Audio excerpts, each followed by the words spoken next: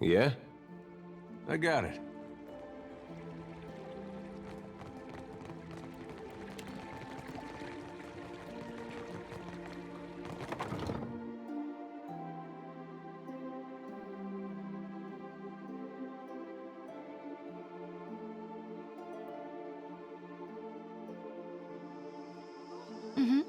All right.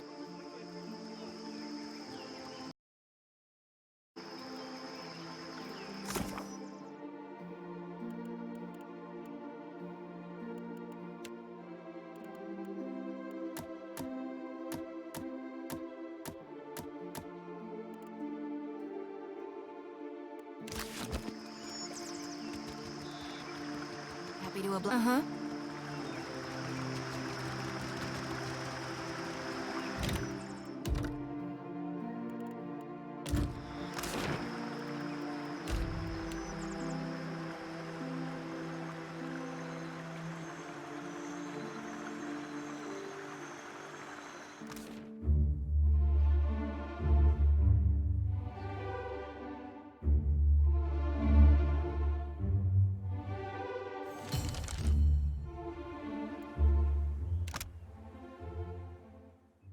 It was on a cold and stormy night. The snow was on the ground. A sailor boy stood on the quay. His ship was outward bound. His sweetheart standing by his side had many a silent tear. And as he pressed her to his heart, he whispered in her ear, "Farewell, farewell, my own true love, this parting gives me pain. I'll be your own true guiding light when I return again."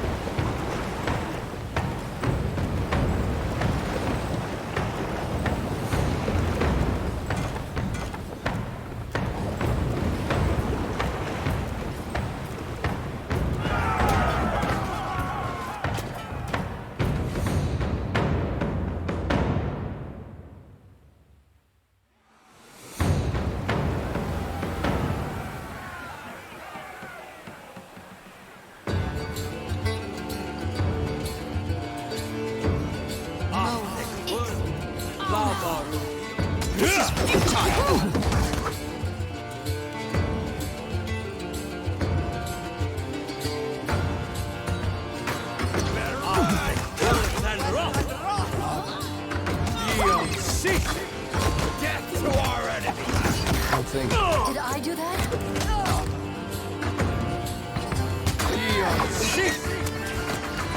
Nice hit like that. You're mine! After beyond insane. This is futile! Slippery. Hey. That wasn't that bad.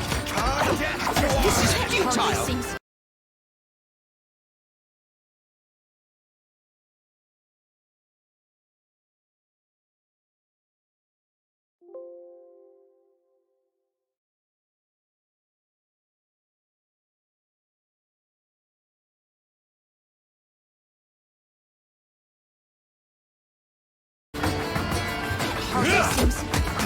That's not very helpful.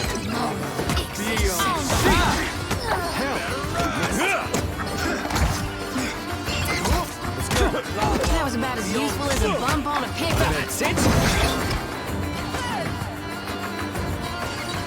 You're mine! Beyond seek! Death to our enemy! Beyond seek! Just giving it a trick. I thought we were friends. After beyond seek! That dog won't hunt. What can I do? Let's go! That's it. Damn it. Got away. Lava beyond seek! Take that.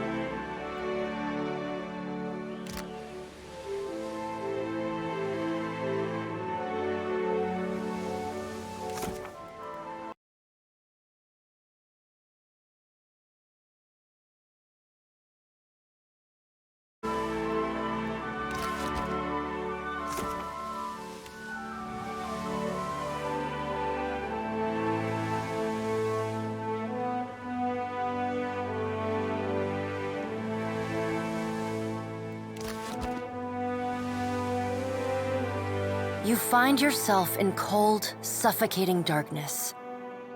There is a familiar weight in your hand. A lantern.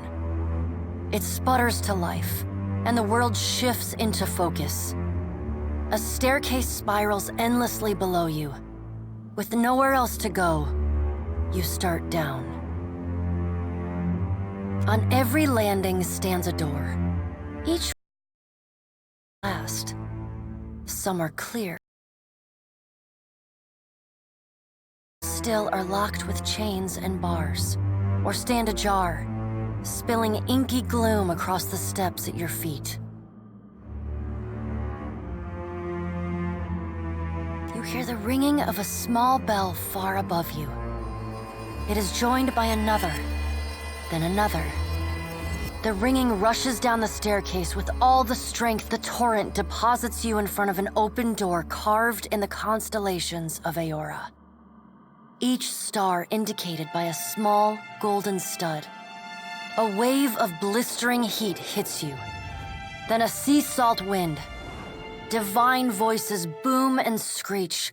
Their words shake the platform beneath you, shake the very air around you. Lay your blame elsewhere, Wodika. I won't suffer your arguments any longer. Mogren looms large before you, an accusing finger leveled at the melted visage of Wodika.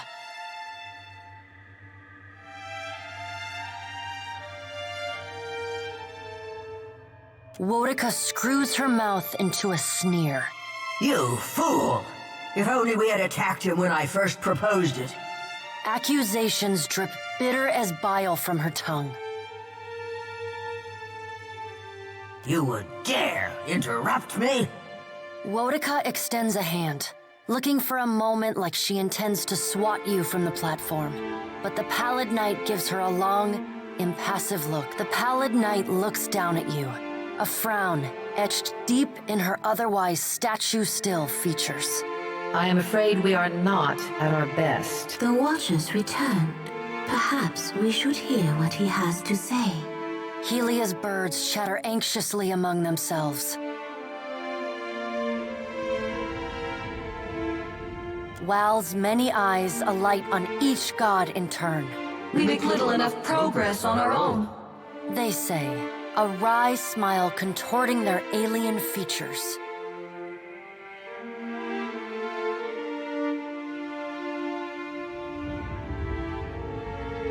Not for lack of trying.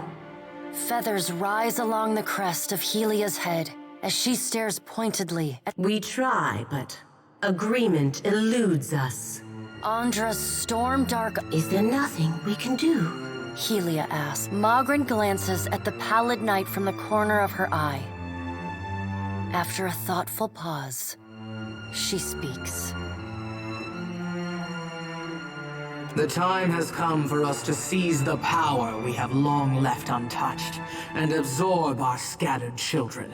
Mogren's Andra nods, her lure bobbing bright. Terrible though it would be, perhaps you are right. I did, and I was scolded like a child for my terrible audacity. A curl of steam rises from her nose. The Pallid Knight looks. Should we be killed in our god forms, we can possess you, our godlike children. Or should we face a force too powerful to stand against, we can absorb your souls, granting us additional strength.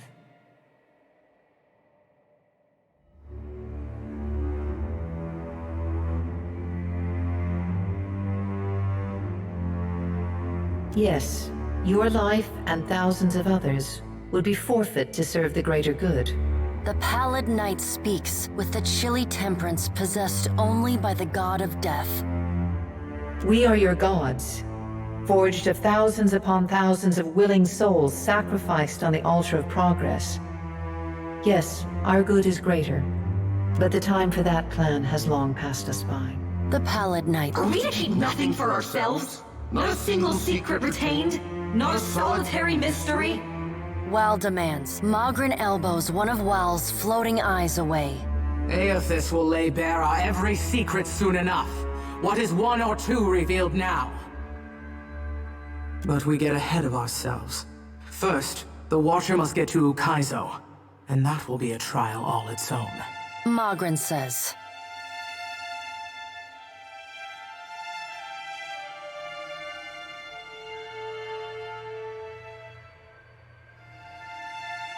The Guardian of Ukaizo has stood watch over that place for millennia. It will not stand aside. Not even Helia, who had been lost in quiet, anxious conversation with her birds, breaks in. It yet lives. Of course. Our progenitors crafted it. Magrin says. A pair of Helia's finches come to join Wow's floating eye. They hover just out of Magrin's reach and swoop in to poke her when she's not looking.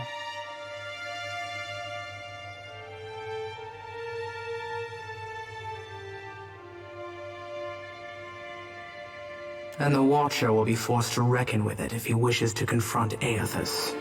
Magrin says. The birds at last linger too long, and Magrin slaps them away.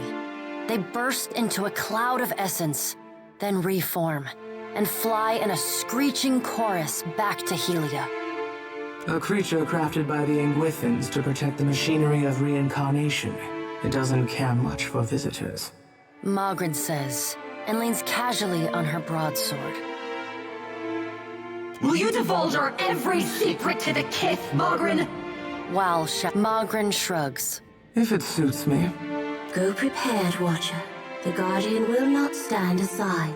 Not even for the Herald of Bareth. It is not one of Galawain's mindless beasts. It has a heart and a mind, and it will throw neither away to oppose Aeth. And Aethys will not fight the creature. It would prove little more than a distraction for him, especially as my tsunami and Magrin's volcano couldn't stop him. Andra says. It is its own creature, Watcher.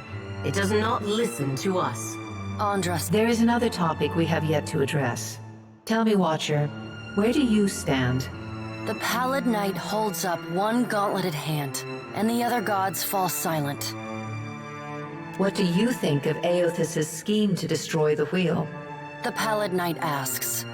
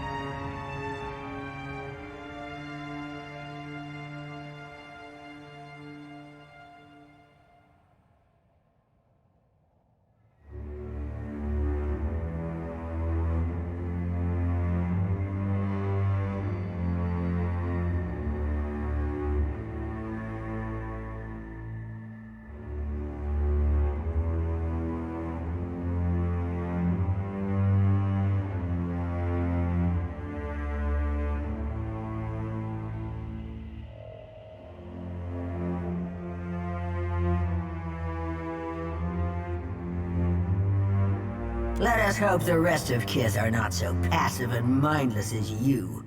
Aethys does not have your best interests at heart, and you will need your every wit to survive his scheme. Wodika says, her gaunt features dark.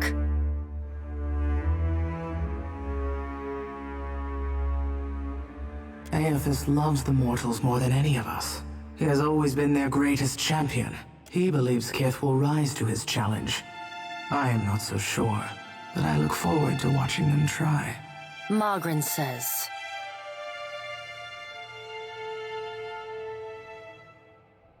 He found our blind spot and exploited it admirably.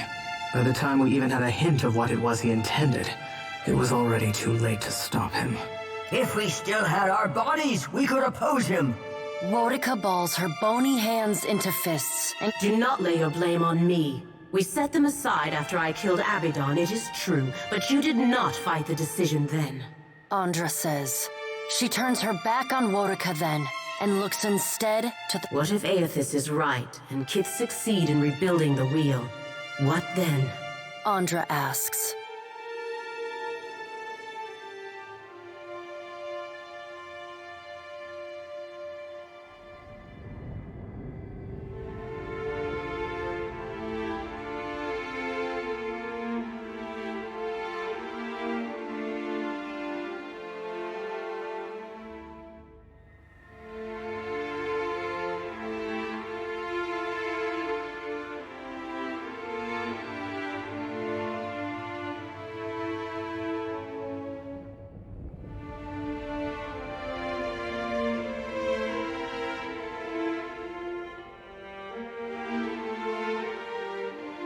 Magrin nods. It will be the ultimate And what if they fail? Helia asks. Then they die. And so do we. We have to help them. Helia's voice rises, near to panic. Wotica drives her fist into her hand. Help them! We should finally bring them to heel! The Pallid Knight raises a hand and stares at Wotica and... Watcher, Aothus yet values your counsel. The Pallid Knight says. The Pallid Knight's eyes bore into yours. An impassioned plea from the Hound of Aothus may still temper his actions. Confront him at Ukaizo.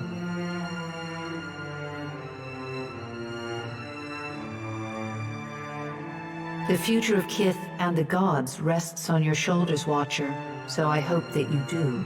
The Pallid Knight's stern countenance softens. Time moves swiftly away from us now. The Pallid Knight spreads her... Go, Watcher. Do what you must. The edges of your vision begin to dim. Like a sun setting, twilight encroaches on your mind. You will not fail. The Pallid Knight conjures a blinding white light in her palm that swiftly grows to engulf the room. Then, the crack of thunder rent you come to flat on your back.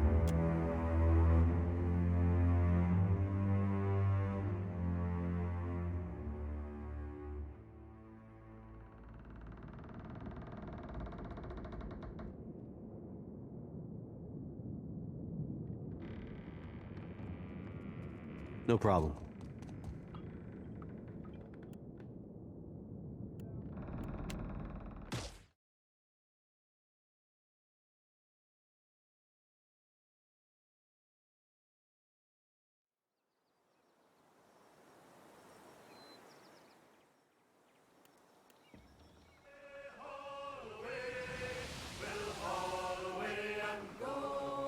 And if I did not kiss the girls, my lips would all grow moldy. Way haul away, we'll haul away and go. To me, way haul away. The good ship now is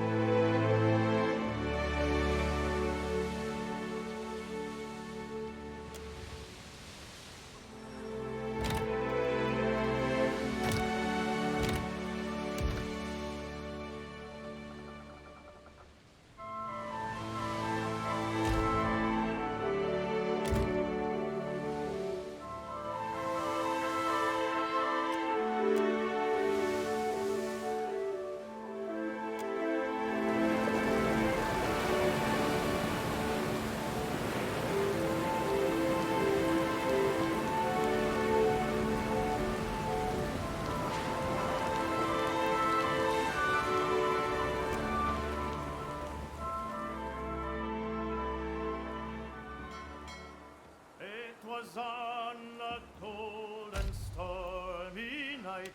The snow was on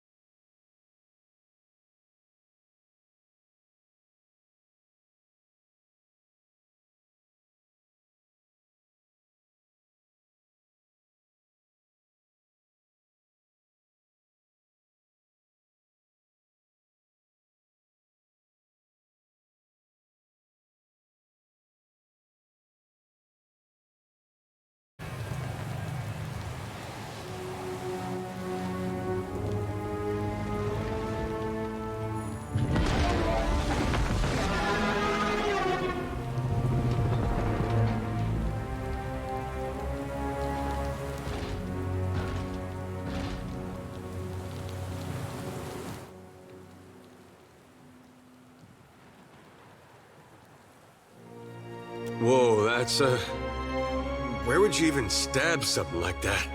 What manner of creature? I'm not too proud to admit when I'm scared.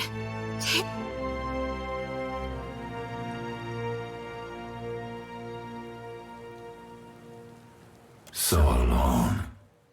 Never alone. As Ukaizo preached.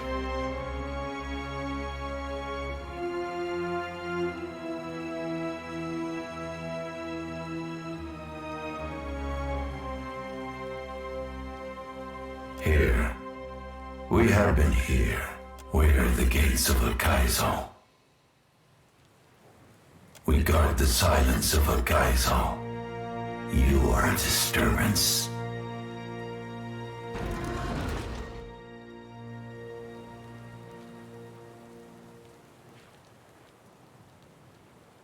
Aethus has disturbed the bones of Ukaizo. The old pacts permit him to pass, but you will go no further. Ukaizo is closed. The gates are barred. Our covenant with the Old Ones does not forbid questions. The living were meant to forget Ukaizo. Nothing can be gained of remembering it.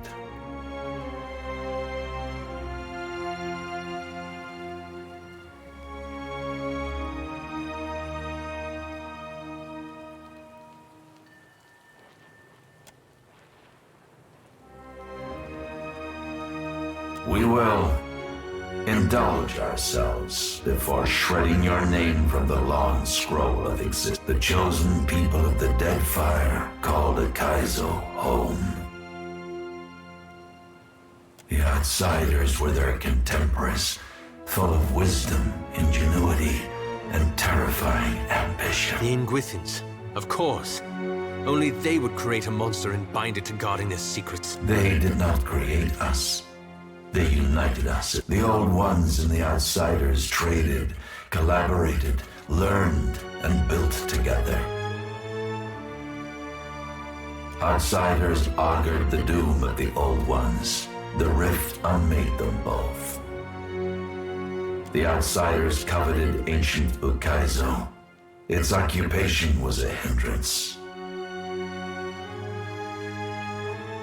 Machines were built on a foundation of outsider lies. When the machines were nearly done, the outsiders constructed bodies of flesh and bone. Skeletons now, their remains littering great Ukaizo. Ones which drew the spirits of the dead through a sieve. Finally, the outsiders fashioned a guardian to stand vigil over their work. Our bond with the Old Ones compelled us to trust their allies. They offered us a trade, eternal life for eternal service. We were ordered to slam shut the gates of Ukaizo for all time. The outsiders vanished from the world, leaving the Old Ones dumbfounded. Quiet gave way to chaos. Storms battered the seas.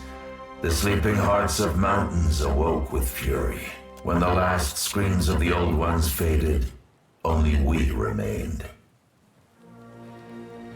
None but the green colossus whose every footstep disturbs tranquility. You are the first kith to visit the shores of lost Ukaizo, and you will be the last. This idle chatter, may your journey through the wheel be an informed one.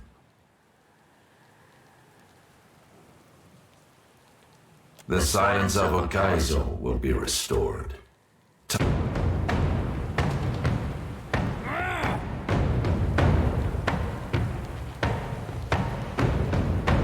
I guess I make as good a target as any.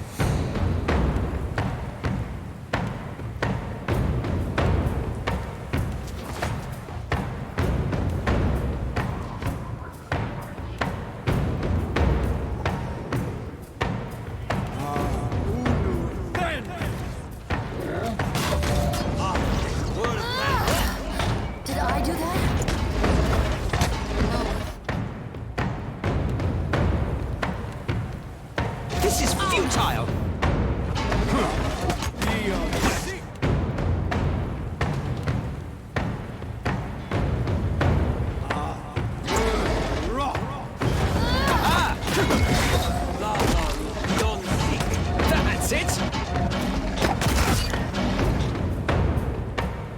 After him! I can scarcely believe it.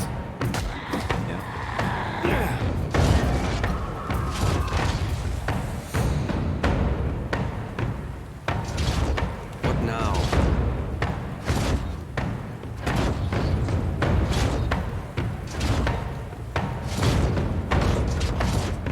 Lava will be on sick!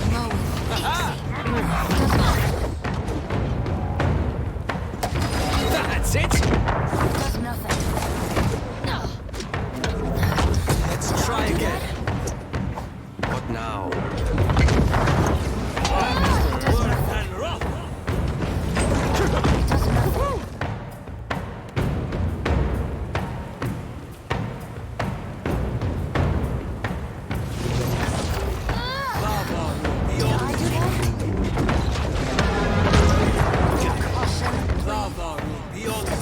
This is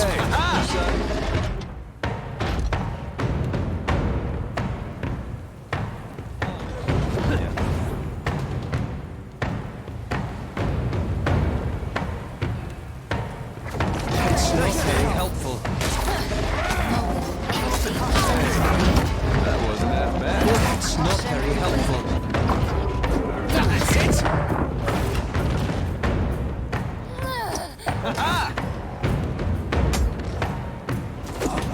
Be on sick! Toss me something else. We're stuck over here. Hey, that wasn't that bad. I hope nobody saw that. That's it! What can I do you for? It's not very helpful. Be on sick! Lava will be on sick! Hey.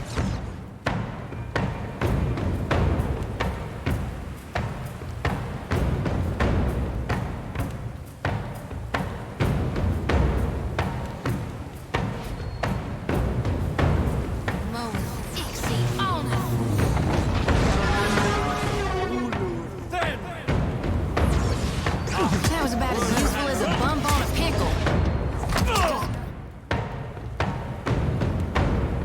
Well, that could be better. Didn't work. Quick rest your health if you don't mind. It does nothing.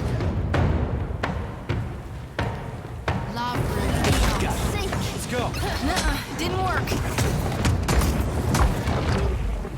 That's it! That's it! It does nothing.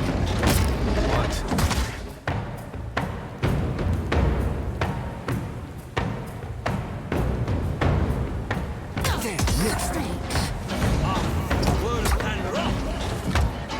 That's not very helpful.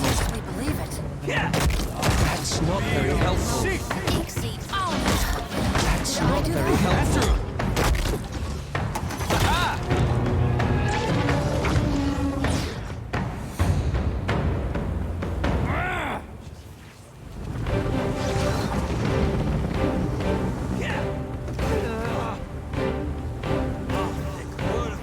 May I be a candle in the night? How'd I miss? Something I can do? May I That's be a it. candle in the night? Hit me again and I'll hit you back. This is futile. That's not very helpful. Nice hit. Useless. Get threshed.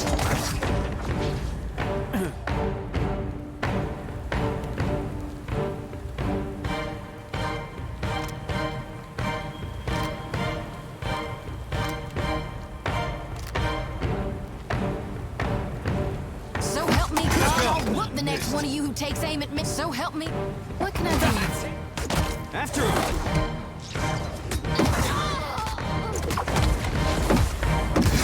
What can I do you? Let's go!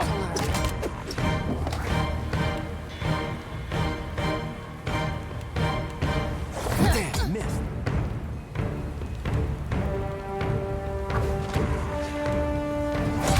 Yes. Where they rock! Yes.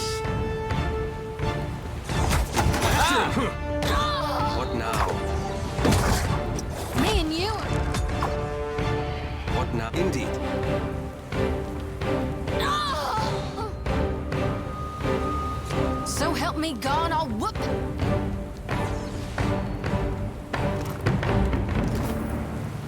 Leave it to me.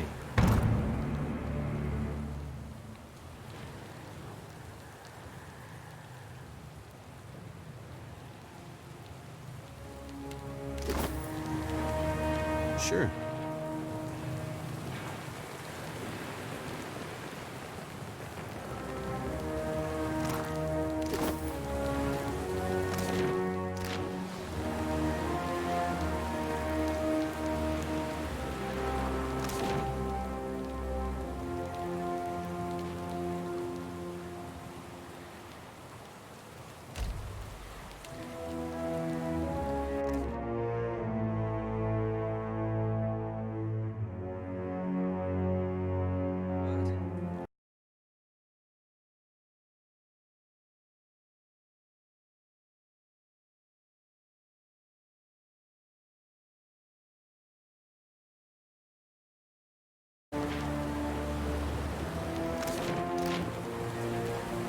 I hope you got a way of turning off that storm. Looks unfriendly. Mean-spirited, even.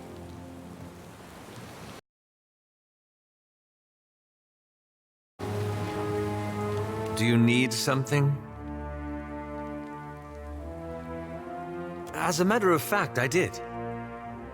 I saw my mother for the first time in years.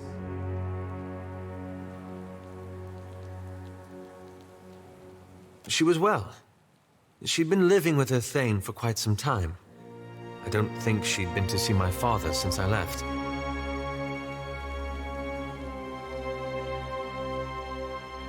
I used to blame her for her long absences, for not intervening directly with my father. He was an exacting man with a violent temper, one that often found its outlet in... It was decades ago now. I'm just pleased I could come to a better understanding with my mother. I realized that she was torn between two demanding roles, and two demanding men. I used to resent her for failing to protect me. But I understand now that her absence is what allowed me to grow. Intentionally or not, she gave me the space I needed to learn a degree of independence. Thank you. It felt good to resolve that much. It's one thing to forgive my mother for her absence. Quite another to excuse. It was. Encountering the Wahaki has forced me to face some uncomfortable truths. There was... Watcher, tell me what's on your mind? Not a one. Thanks to you, I'm sleeping like a babe. I never knew nothingness could feel so warm and so nice. More like from... No matter what comes to pass in the days and nights ahead, I won't forget who it was that... and the crush of the souls I'd acquired. I'm glad we talked. What's gnawing you? We got him out of there. That's the most... But he is all alone out there. And that's what got him into trouble to begin with. I hope this time it's different. I hope he makes connections. I worry, though.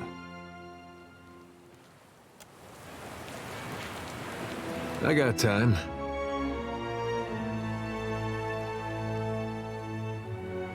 It doesn't seem much different than Theos, powerful beings thinking they know what's best for us. Not caring the costs we pay. Starting to think we'd be better off without the gods. At least we'd know the messes were our own. I got time. I like that feeling. Knowing we'd stop. That was something, not that I wanted to tangle with gods, but something. I looked all around the Deerwood, but that place has too many ghosts from... Ended up moving to Adir and tracking down my parents. Got it.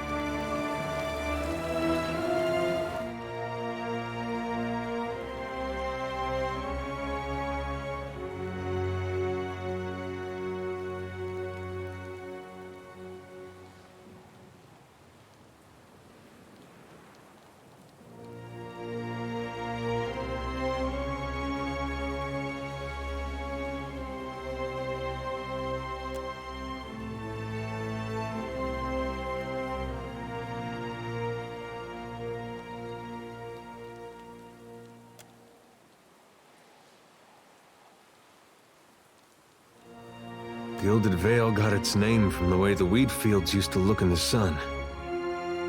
But this place really is gilded. Might as well be a different world.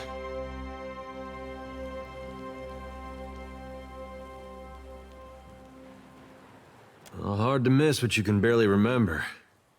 All I know is my life took a turn when this world came These great people got a funny way of passing on. They disappear from the world, but leave their problems behind for the rest of us to deal with.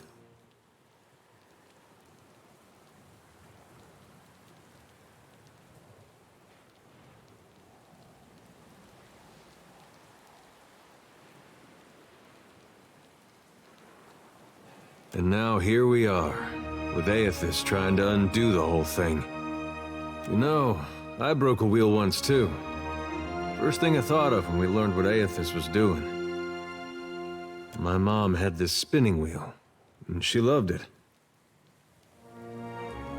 Well, I was playing with it in the way a young child might when his parents are out, and that wheel came, it wouldn't go back into place, so I pushed it harder, and pretty soon I'd broken off a spoke. Broke off 3 more trying to... Anyway, I got whipped pretty good for it.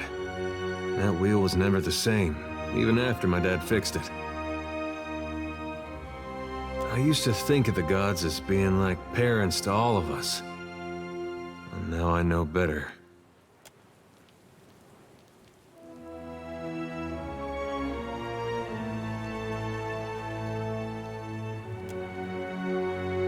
"5 years ago, you controlled the destiny of thousands of souls in Sun and Shadow. But the choice you make today shall define the fate of every living thing in Eora. I can certainly understand the peril. We haven't always seen eye to eye, but I hope you'll consider the matter well and...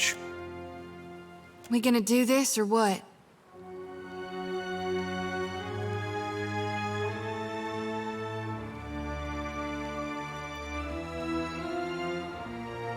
We've made it this far, yet we're still alive. Might as well square off with my god before our luck runs dry. Reckon it was. Sure, I did some things I now regret. God knows I got plenty of blood on my hands. Tell me, Watcher, can there be a god of light and birth if souls themselves can no longer be reborn?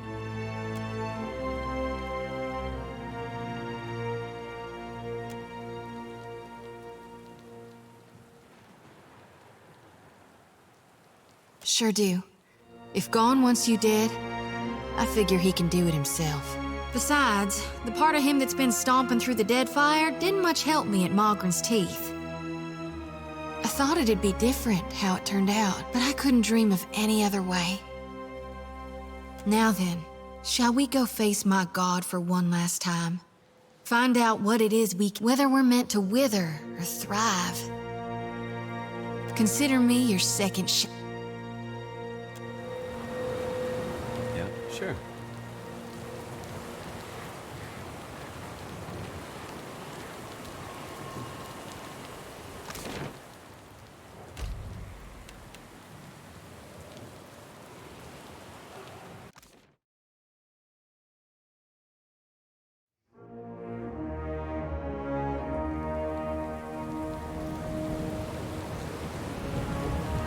Yeah, got it.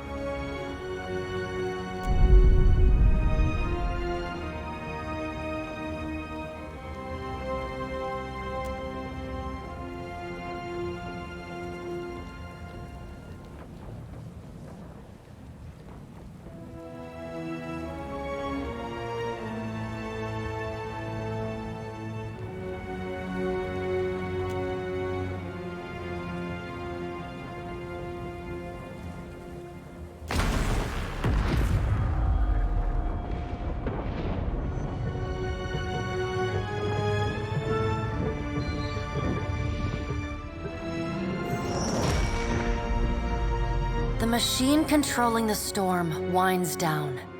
The clattering of its machinery settles into a low whir and then, at last, hiccups to a halt. Beyond the tower, the black, roiling clouds of Andra's mortar roll away from the ancient city of Ukaizo. The bell's ringing is soft, not the clangor and torrent you've grown used to.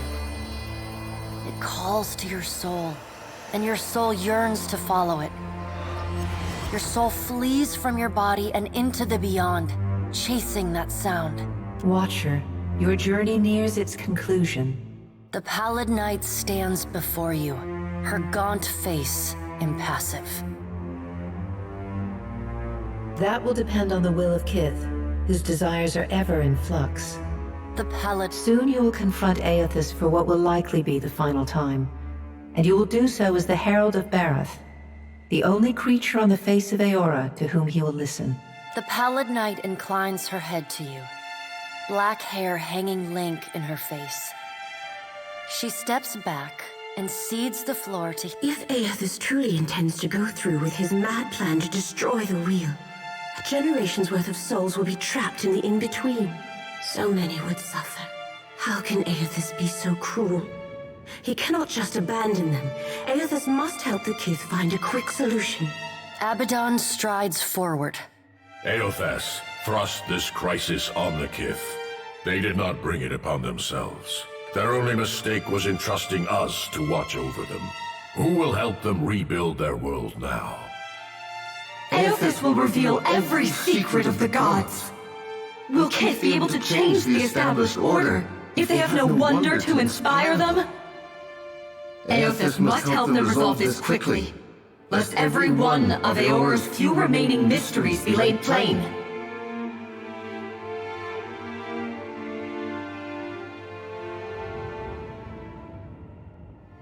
Coddled children learn nothing that is not spoon-fed to them. With the wheel destroyed, Kith will tear themselves apart. It is the gods' duty to prevent that happening, lest they doom us all. And as Kith must be ruled, so too must the gods. I say that if Aethys is so eager to throw down the mantle of power and step aside, I shall take my rightful place as Kith are strongest when they follow our lead, and we are strongest when we lead in turn. United in purpose with the gods, Kith can accomplish things that without us, they could never have even begun. They must be shown their boundaries to surpass them. Kith will not solve Aethys' puzzle on their own. And without an established order to fight against, the bonds that bind them dissolve, and they fight amongst themselves. Scan says, and casts a long look toward Wotica.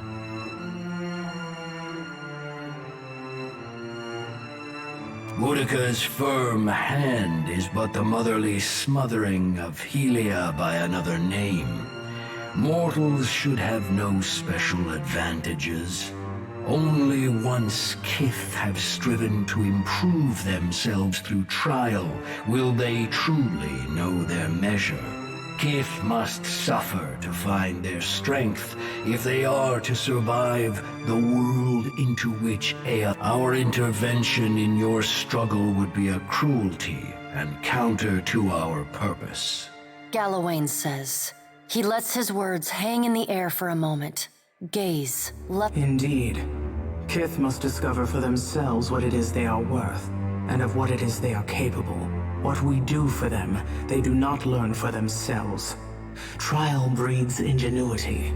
If our work of generations was not in vain, Kith will succeed in spite of Aethys' actions. Mogren says. I have faith in Kith's ability to meet Aethys' challenge. Do not mistake my words for indifference, Watcher. They are born from a fierce belief in your potential, not a refutation of it.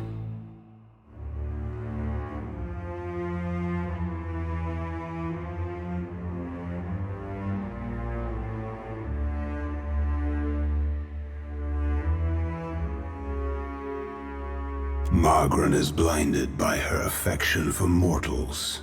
She does not see that entropy is the destiny of all things. If Eothas were wise, he would destroy everything. Kith have had their chance. As Rimergon's words fade, the Pallid Night returns. She no longer towers over you, a giant even among the gods, but meets you at your height. She lets the arms crossed over her chest fall to her sides. She speaks to you openly. Well, Watcher, you know where we stand.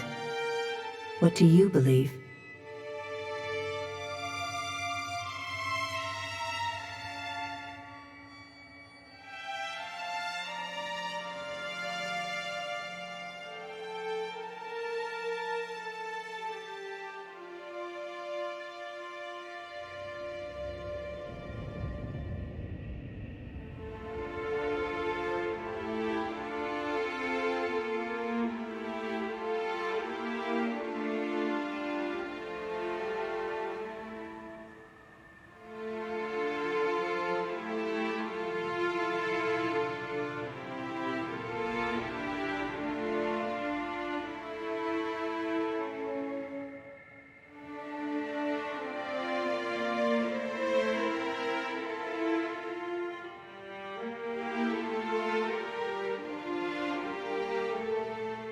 Take care that you do not sacrifice all, Watcher.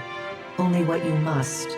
The things you stand to lose, lives, institutions, beliefs, you may lose for good. Now the time has come for us to part. I laid upon you a difficult duty.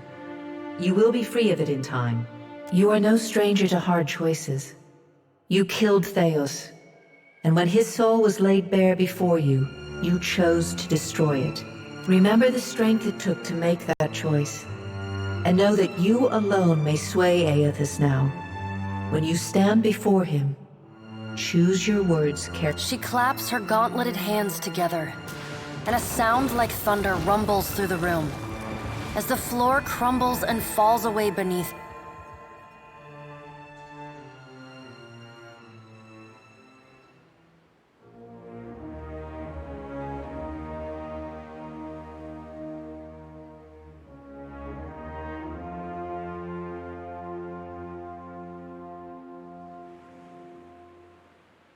You keep falling asleep on me, I'm gonna have to start walking behind you with a pillow. Oh, by the way, the storm's gone. Also, I think Eothas has ended the world. It seems we're all still here. Gods and darnation. My head.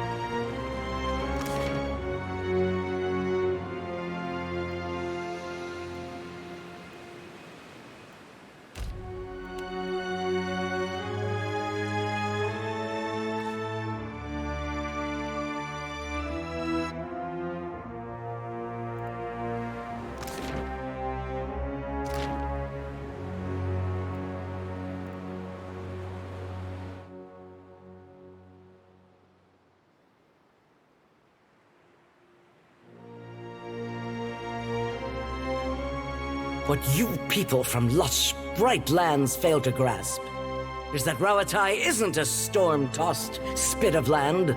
It's the Kith who stand together there. Ukaizo belongs to us. We've earned it with blood and no one shall take it from us now. I can't stop him. Neither can you. But I can give my country a Rauataians!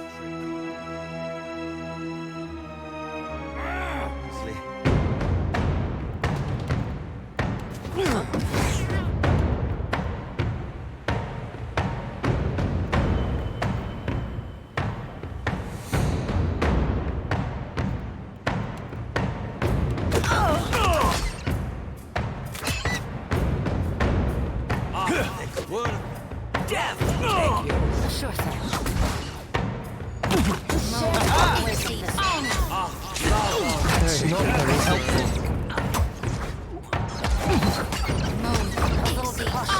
A question? Let's go. That's it!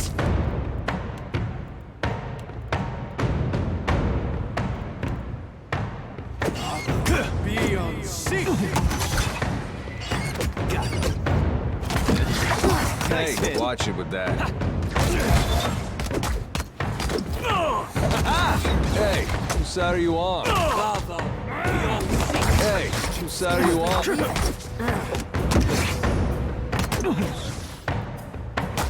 After him!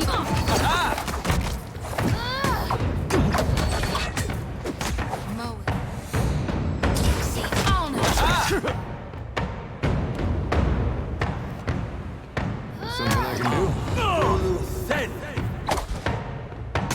Usually works. Ixiana.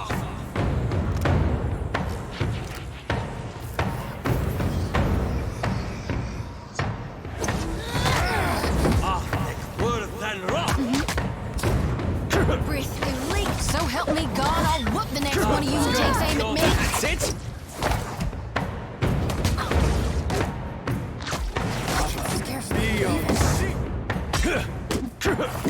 That's it! Wrong side.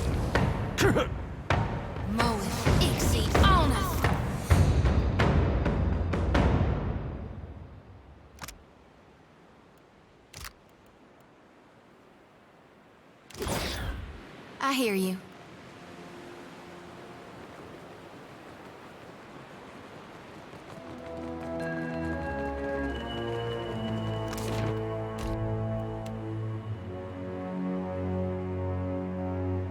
You descend into the ancient winding streets of Ukaizo.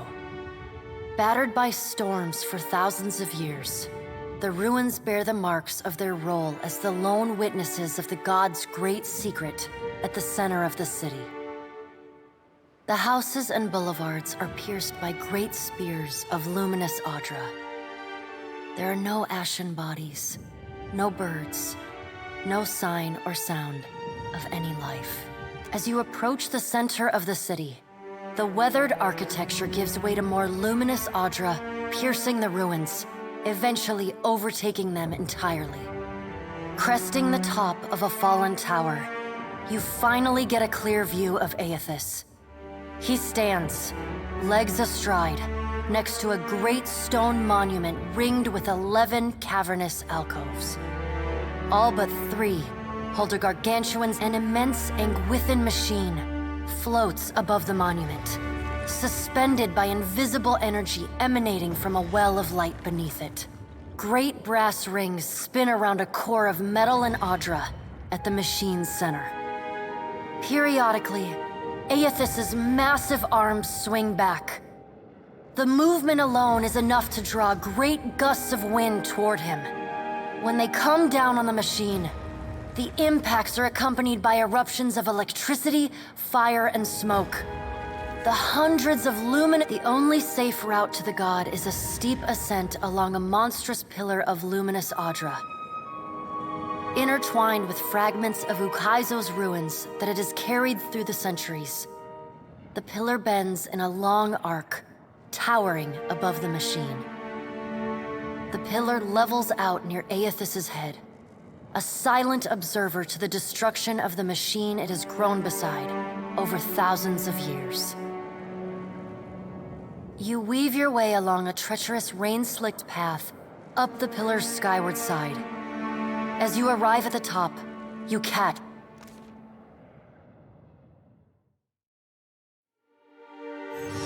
Strange to see Ukaizo in this way.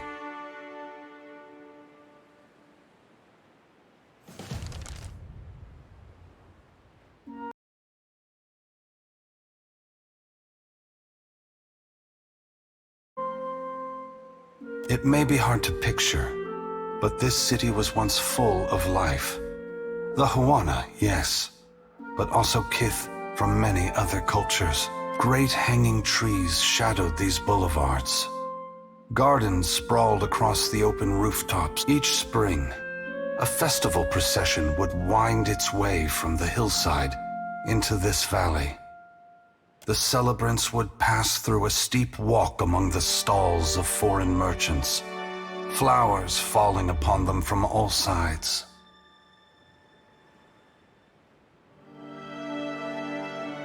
All people of all nations, together in a celebration of new life. Such was the power and beauty of lost Ukaizo. If we don't fix this mess you're about to cause, the whole world is gonna look this bad. I mean, it's a mighty heavy load you're putting on our shoulders. I just hope we can carry it. As long as there are people like you in this world, Adair, I truly do. This power has always been in the grasp of mortals. Now you will finally be aware of it. Gone, please, I'm begging you. What do I do following this? How am I to best serve those still living? The Deadfire and the Eastern Reach are full of animancers, women and men with brilliant minds who can solve this great problem. They will also need people with brilliant souls, like you, Shodi. People who can tend to the spiritual needs of the world in a time of fear and desperation. Remember, the flame you bear is not only light, but warmth. Provide comfort to all who need it. What right do you have to do this? Destroy the wheel and leave us with nothing? Without even knowing what will come? Aloth, we are all gods and mortals, responsible for our own, but inaction carries its own moral responsibility. It is a burden I have carried for far too long. One must always do as their conscience dictates, even if that means abdicating a position of power. But what of you, Watcher? Why have you followed me? Have you come to bear witness to the breaking of the wheel?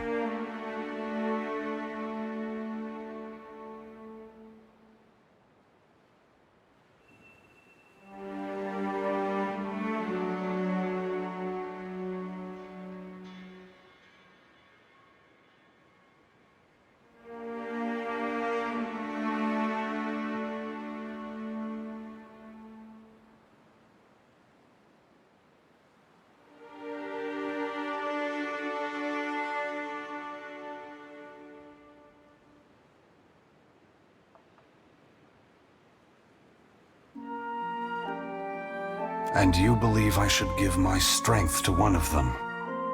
I am certain Boudica has convinced you of this course.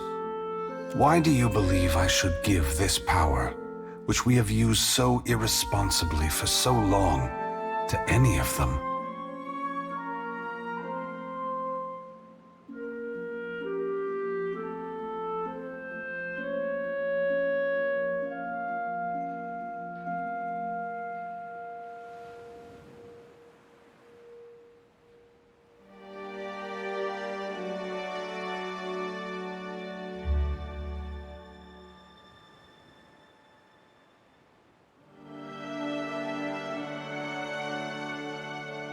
It is true. We created ourselves as equals, even if Boudica did create a story about her past to elevate her own glory. You have convinced me, Watcher. The gods do need a strong leader. I will ensure they have one after I am gone. I must attend to my final work now. I cannot delay. You have carried a heavy burden across the Deadfire, Watcher. Before I go, I would rid you of it.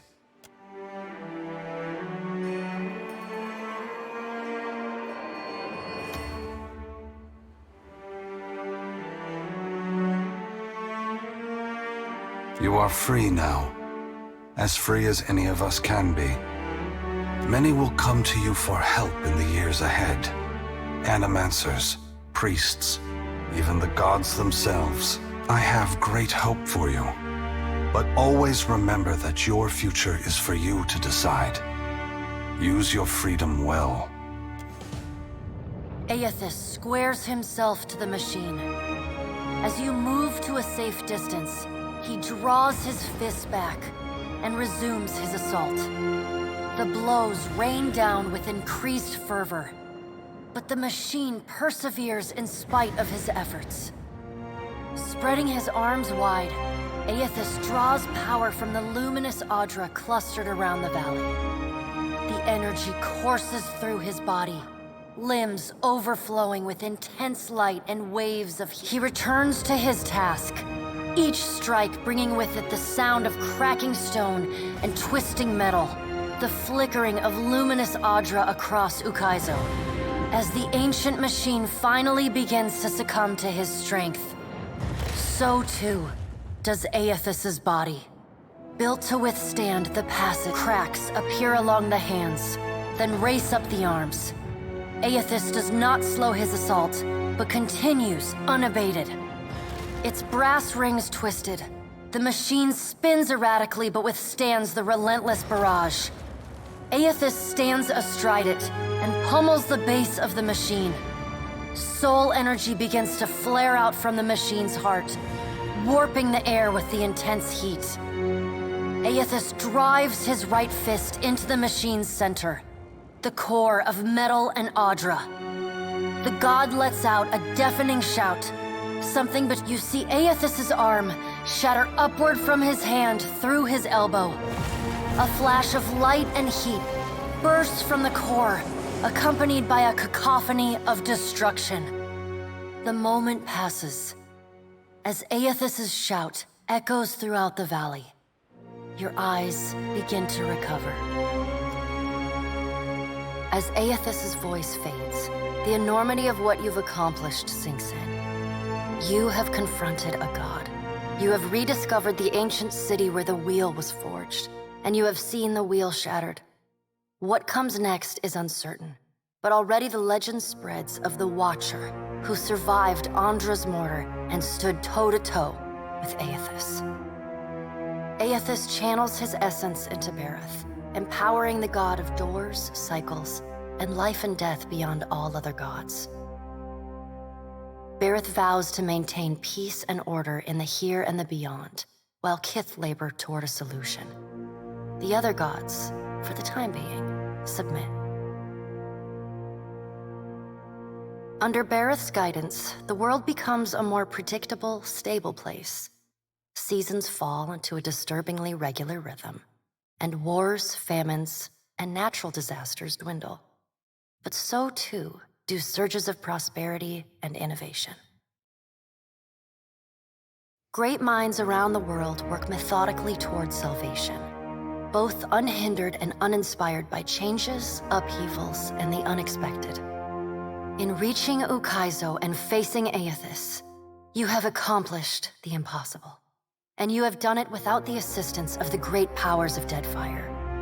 Your feats capture the awe and imagination of a world that needs heroes more than ever. Some say your intervention prevented Aethys from a far worse act of destruction. Many believe you, with each day, your legend grows, as does the chaos in Deadfire. Ukaizo remains unclaimed, and the Efekia Channel becomes the site of a near-constant battle as the Huana and the Rawatayans vie for control of the unprotected island. The Rawatayans rely on their cannons, and the Huana call forth massive waves and beasts of the deep to sink their foes. And while they chip away at one another, the Valians and the Principi pursue their own ends with increasing abandon.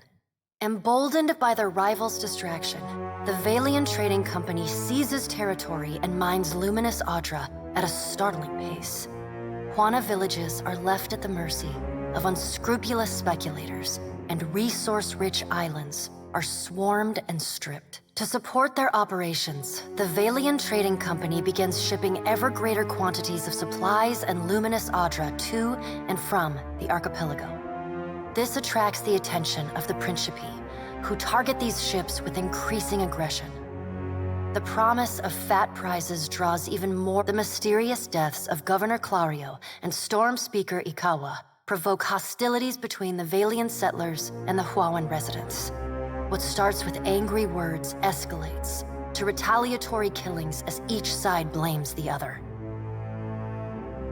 By the time anyone bothers to question the strange coincidences surrounding their deaths, including reports of a cloaked Omawi woman seen in both the port and the village, both sides have gone too far to turn back.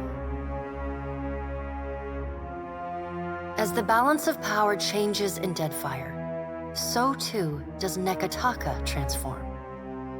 With the major powers at one another's throats, Nekataka becomes a maelstrom of chaos.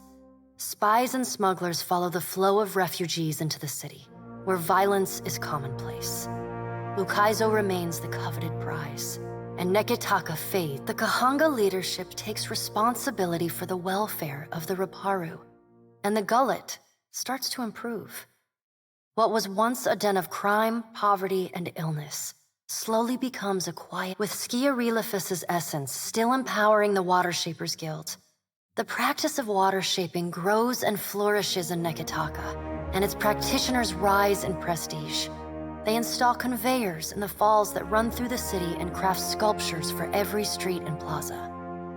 Thus, the Water Shapers Guild becomes a power in its own right in the city of Nekataka.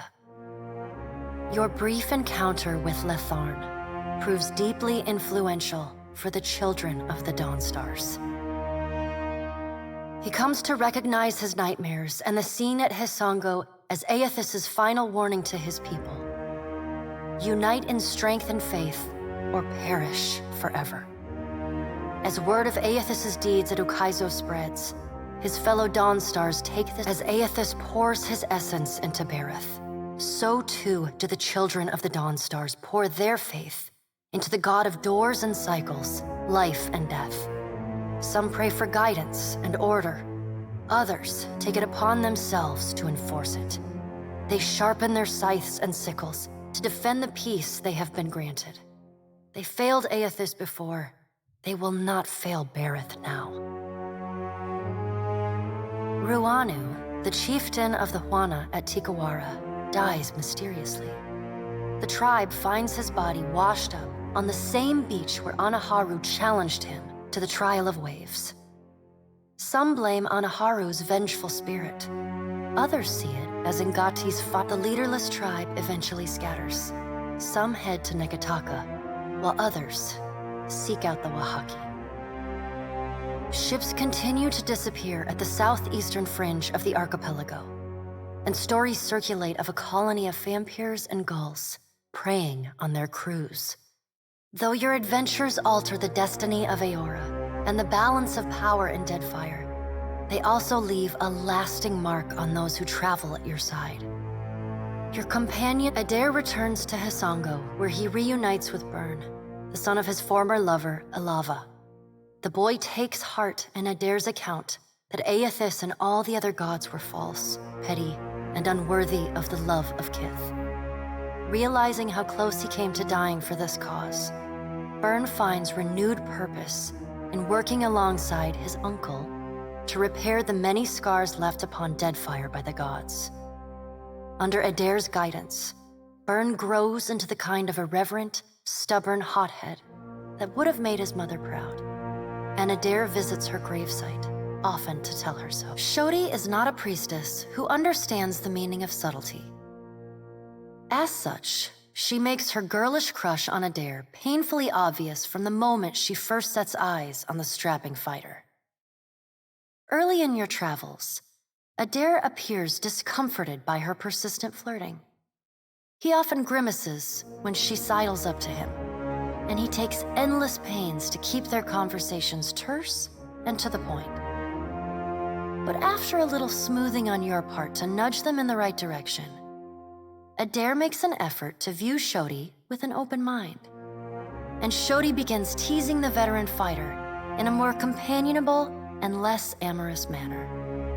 After saving each other's hides a couple times, seemingly lit with an inner glow, Shodi takes to a new life of mission work with gusto. She still is committed to shepherding souls forgone, but having realigned her goals with that of her fellow Dawnstars, she now endeavors to help the living as much as the dead. As you travel the Deadfire, you find her sleeping better and laughing more often. When the time comes for her to return to her temple in Nekataka, it's with a clear wistfulness and much lip-biting on her part. She leaves you with her. Though the two of you no longer travel together, Shodi holds fast to the memory of you in her heart, remaining your fierce and doting girlfriend, faithful even in her absence. You receive a missive for every day apart, though they often arrive in a single bundle some weeks or months past. In them, she writes of how she misses you, how you are like a fire that burns inside her, how one Aloth renews his commitment to destroying the Leaden Key. With the wheel broken, loosening the god's stranglehold on Kith is more urgent than ever. It is a lofty goal, and one he does not expect to finish in his lifetime. But if there's one thing he's learned from the Watcher, it's that a single person... You let Rimaro go, and the former pirate ostensibly set sail for the trade lanes of the Eastern Reach, the Edier Empire, Old Valia, and the Republics. For the remainder of your time together, Seraphon seems, if not exactly happy, at least contented with the outcome of your... When he leaves, he does so with little fanfare. Nothing but a roughly scrawled note slipped under your door. Be seeing you, Cap. You hear of Seraphon from time to time, in rumors and sea tales. He prowls the Deadfire, a brutally efficient killer, never long for any ship. The Valian Trading Company is initially furious when they learn that Pallegina had assisted the Watcher in claiming Ukaizo. In the chaotic aftermath, the company takes a more nuanced view of Pallegina's actions. The turmoil in the region allows the well-organized company to seize a number of valuable assets from their competitors. Though Pallegina is not rewarded for her actions, nor is she punished, the Dukes and Sangreta agree to forget her support of the Watcher. She is quietly reassigned to duty in the Valian Republics, an order she gladly obeys. Time away from the Navy gives Maya Rua some perspective on how Rawatai conducted the Deadfire occupation. No sooner does she return to active duty than she voices her frustrations over some of the more underhanded tactics she witnessed and carried out in the name of the homeland. Her voice carries all the way to the Ranganui, who reminds his admirals that battles are won by superior tactics. Though Maya's covert assignment in the Deadfire is considered a success, few claim knowledge of it or openly congratulate her. She receives no praise beyond knowing glances or the occasional raised tankard from her countrymen. She looks forward to seeing her brother again. So does Ashiza. The discovery of Ukaizo doesn't bring Takehu the answers that he sought, but this proves only a minor setback.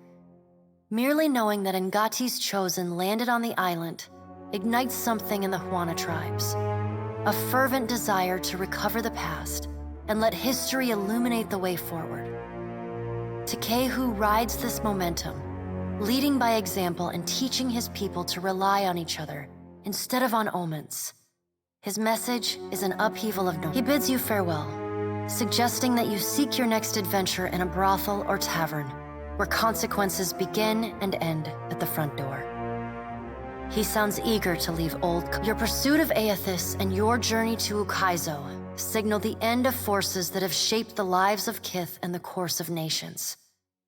The cycle of reincarnation has been broken. The storms of Andra's mortar have calmed. Yet each ending promises a new beginning. As the sun rises over Ukaizo, Kith turn their gaze eastward, wondering at what lies. As the Watcher of Cadnua and the former Herald of Bareth, you return to your ship and begin the long journey home.